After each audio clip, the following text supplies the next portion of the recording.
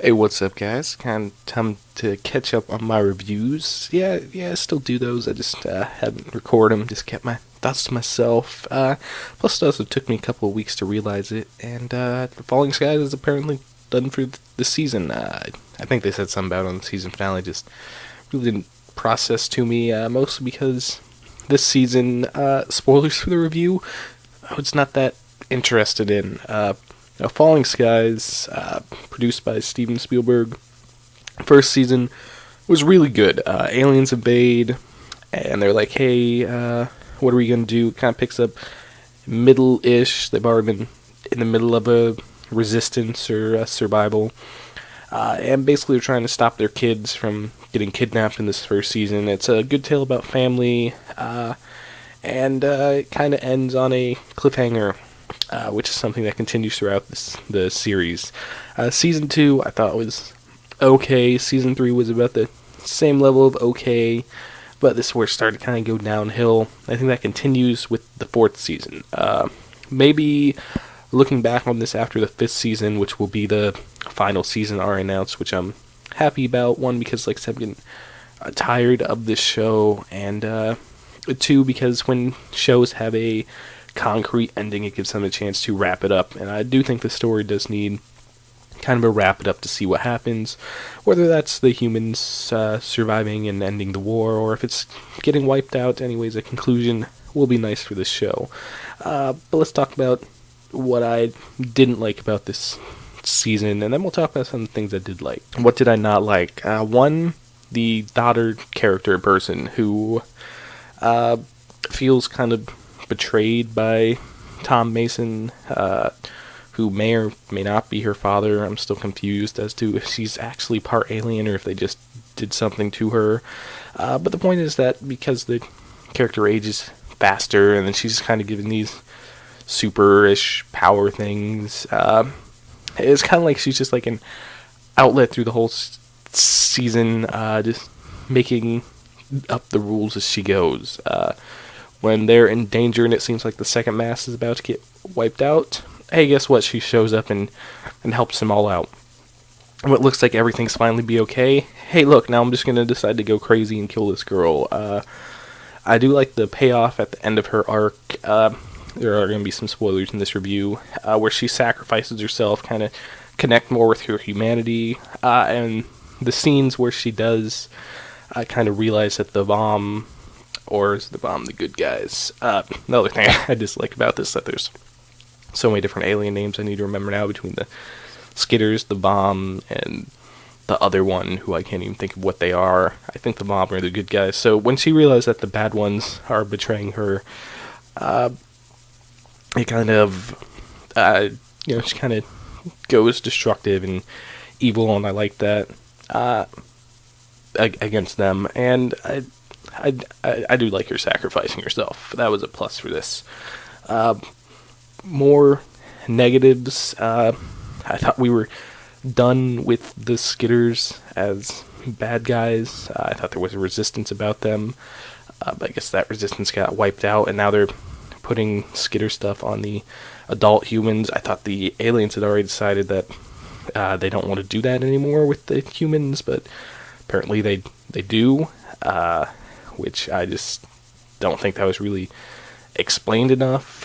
This even happens to the general's daughter. She gets turned into one of these adult Skitter hybrid people, and I don't really like that. They touched on it for a couple seconds and just kind of ignored it.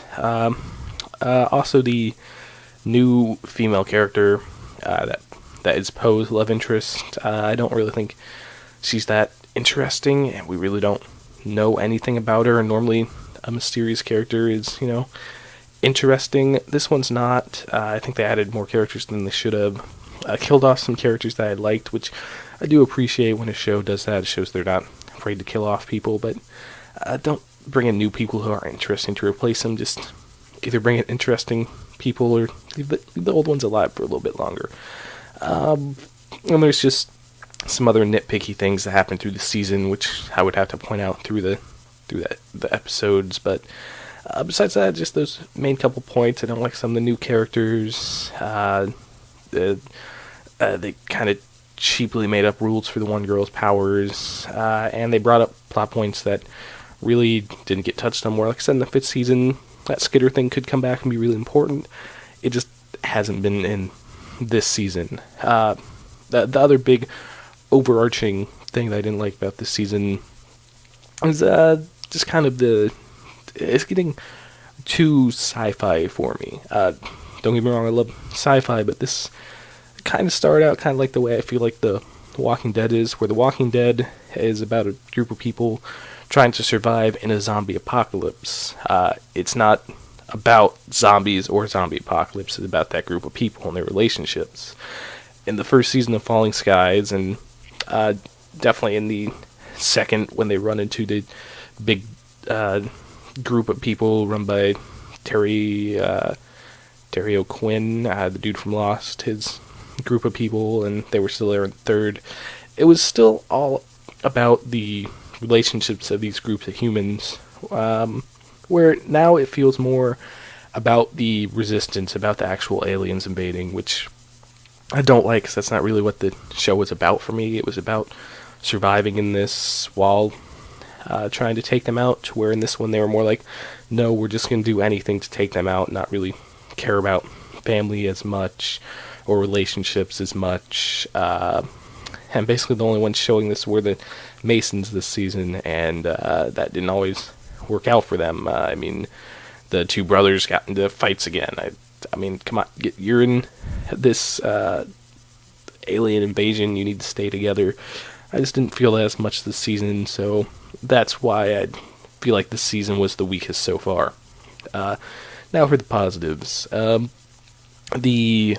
The kind of young kid training by the evil aliens, I thought that was a really good idea and a good kind of reflection of Nazi Germany with these aliens. And then that character that was brought in, the girl who was, I think the young kid's name is Max's friend in this place, I think they did a good arc with her character, and kind of showed how these aliens had learned from our history and basically pulled like a Nazi transformation camp that they used to pull on young German kids to train them to be pro-Nazi, kind of a reflection of that, and I thought that was a good move on the show's part, and that part of the alien invasion was good, but then they went back to the, hey, we're going to make it all Skitters thing, that kind of been like, well, if you're doing this, why are you doing that? But that part was good.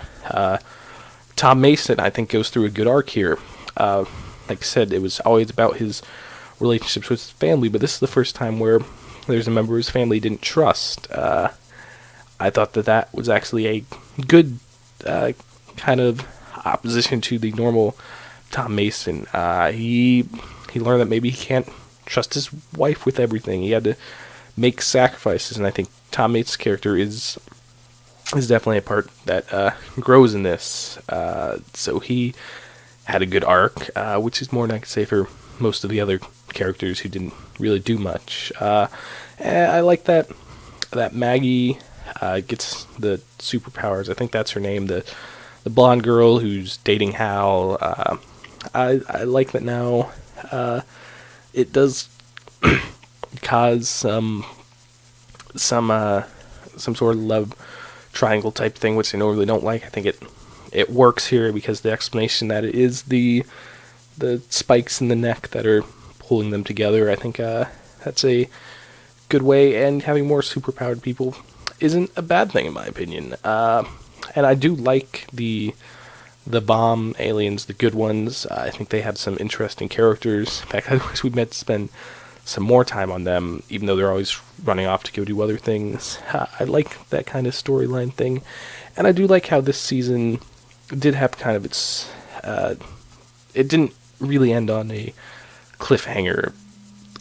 Well, I guess it did, but up until that very last second, there wasn't really a cliffhanger. They wanted to blow up this thing, they blew up the thing. That was the season. And the cliffhanger, I don't know what's going to happen, but I can't count that as a positive or negative because I got to see what happens in Season 5, and I'm just used to the cliffhangers by now. Overall, like I said, this is the weakest season. Still enjoy this show, but I'm definitely glad that it's going into its last season. I'm going to give this 7 out of 10.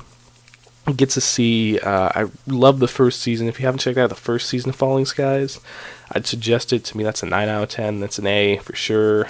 This one, not so much, but hopefully season 5 pays off, and I'll enjoy this one more. Anyways, that's my review of Falling Skies. Hope you guys liked it. Hope you guys like Falling Skies, because if you're into sci-fi, it's definitely worth checking out the whole series. And if you're not into sci-fi, like I said, season 1, a really good, more grounded, about the relationship show.